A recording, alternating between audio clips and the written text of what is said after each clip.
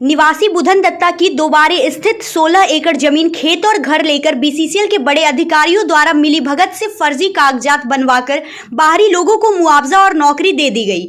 झारखंड के मूल रैयत बुधन दत्ता के दोनों बेरोजगार पुत्र, जिसमें से एक विकलांग भी है, आज दर-दर अपने अधिकार के लिए भटक रहे और बीसीसीएल की प्रताड़ना का शिकार हो रहे। इस मामले में बुधन दत्ता ने कोर्ट का दरवाजा खटखटाया। लगभग 5.25 एकड़ जमीन पर कोर्ट के द्वारा बुधन दत्ता के पक्ष में जमीन का मालिकाना हक का फैसला आने के बावजूद आज बुधन दत्ता और उनका परिवार दर-दर भटक रहे। यहां तक कि बीसीसीएल के ऑफिस जाने पर अपमानित और गाली गलौज भी किया गया। यहां तक कि बीसीसीएल के द्वारा उन्हें जेल भी भिजवाया गया। आज बुधन दत्ता और उनके दोनों पुत्र रणधीर वर्मा चौक पर धरना पे बैठे हैं। उनका कहना है कि अगर इनके साथ न्याय नहीं होगा तो यह भूख हड़ताल और आत्मदाह तक करने पर मजबूर होंगे। प्रस्तुत है कैमरामैन मुकेश सिन्हा के साथ पंकज सिन्हा की रिपोर्ट। नमस्कार, आप देख रहे हैं न्यूज़ इंडिया 24 और मैं हूं आपके साथ पंकज सिन्हा। आज हम धनबाद के रणधीर वर्मा चौक पे खड़े हैं और बीसीसीएल देख सकते हैं आप हमारे पीछे एक बैनर लगा हुआ है। बीसीसीएल के प्रताड़ना के खिलाफ धारणा दे के बैठा हुआ है एक परिवार। BCCL Bharat coking coal limited, जिससे अपनी ज़मीन तो संभल नहीं रही है, खुद बीसीसीएल की ज़मीन पे ना जाने कितने लोग अवैध कब्जा किए हुए हैं और अवैध निर्माण किए हुए हैं, लेकिन दूसरों का ज़मीन हड़प करके और फिर उनको बेदखल कर देना, उनको कुछ मुआवजा नहीं देना कहाँ तक उचित है।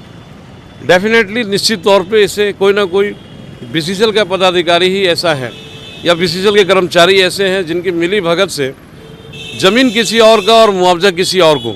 वाह, क्या कानून है।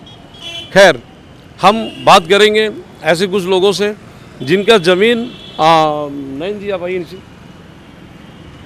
हाँ, कितना ज़मीन था टोटल आपका? 16-17 एकड़ के आसपास हम लोगों की ज़मीन थी। तो बीसीसीएल ने ये ज़मीन जब लिया तो आपसे बोल के लिया? मेरे से बोल करके ज़मीन नहीं लिया गया है जी, ठीक है। और ना ही मुझे इस बात की जानकारी दिया गया कि मैं आपका ज़मीन ले रहा हूँ या नौकरी दे रहा हूँ। मुझे कुछ मालूम नहीं है। मेरे पूर्वजों की ज़मीन है वो, ठीक है। और वो ज़मीन को ले लिया गया है तथा मुआवजा किसी और को और नौकरी किसी और को दे दिया गया है। बीसीसीएल साठगांठ के द्वारा ये सब चीज़ किया, ठीक है। आप अपने इस समस्या को लेकर के किन किन लोगों से मिले? मैंने सभी जगह में आवेदन दिया हुआ है, जैसे आपका उपायुक्त कार्यालय हो गया, प्रधानमंत्री कार्यालय, राष्ट्रपति भवन, प्रधानमंत्री जी के पास में, सभी जगह पे मैंने आवेदन दे रखा है, ठीक है। और मामला मैं न्यायालय से मेरा डिग्री भी हो चुका है, लेकिन बीसीसीएल इस चीज़ को मानने के लिए तैयार ही नहीं है कि ज़मीन हम लोग का है या सारा डॉक्यूमेंट्स कागज़ मेरे पास पड़ा हुआ न्यायालय का, ठीक है। तो मैं चाहता हूँ प्रशासन से कि मामला को संज्ञान में ले और इस पर कार्रवाई करे बीसीसीएल के ऊपर में। हम लोगों की पूर्वजों की ज़मीन है, ठीक है। अभी आप बोले कि बीसीसीएल मानने को तैयार नहीं है, तो ये सारी बातें आपसे किसने किया? कैसे कह सकते हैं कि बीसीसीएल मानने के लिए तैयार नहीं? मेरे पास में डिग्री है। डिग्री है, लेकिन आप बीसीसीएल के किसी पदाधिकारी से मुलाकात किए? पदाधिकारी को हमने आवेदन दे रखा है। क्या किसको? भू संपदा कार्यालय में या आपका जनरल भू संपदा कार्यालय का इंचार्ज कौन है आपका? दोबारी कोलेरी का कहाँ का है ये मामला? आपका एरिया 9 विकास भवन का है। विकास भवन का। तो आपके ज़मीन पे किन लोगों को नौकरी दिया गया है? क्या इन लोगों का नाम बता सकते हैं आप? देखिए, सारा मेरे पास आरटीआई पड़ा हुआ है, ठीक है। और सारा फर्जरी नौकरी है। मैंने जीएम को भी इस पर मैंने आवेदन दिया कि इन लोगों को नौकरी पे बिठाया जाए।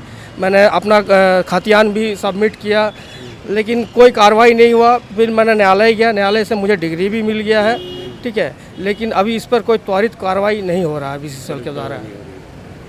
अच्छी बात है। कितने लोगों को नौकरी मिली है इस पर? 12 आदमी के आसपास नौकरी है। 12 आदमी को नौकरी मिल चुकी है। फर्जरी। यही 12 लोगों को आप जानते हैं पर्सनली? नहीं, पर्सनली मैं नहीं जानता है।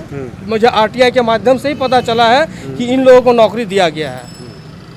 तो आप मतलब कि जानकारी आपको मिली इसकी, तो आप सीधा भू संपदा पदाधिकारी जो है, मतलब वहाँ का जो लीगल देखते हैं बीसीसीएल के, दोबारी कोलियरी के विकास भवन के, उनसे मुलाकात की?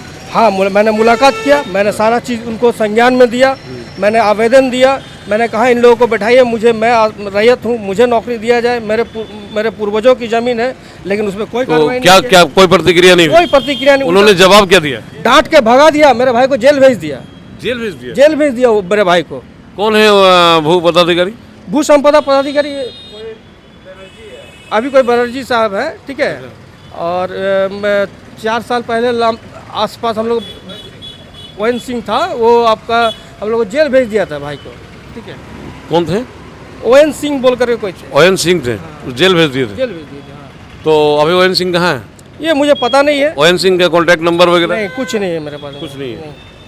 ठीक है, बहुत ही दुख की बात है कि इस प्रकार से एक परिवार आज रोड पर, चौराहे पर धरना देकर के बैठा है।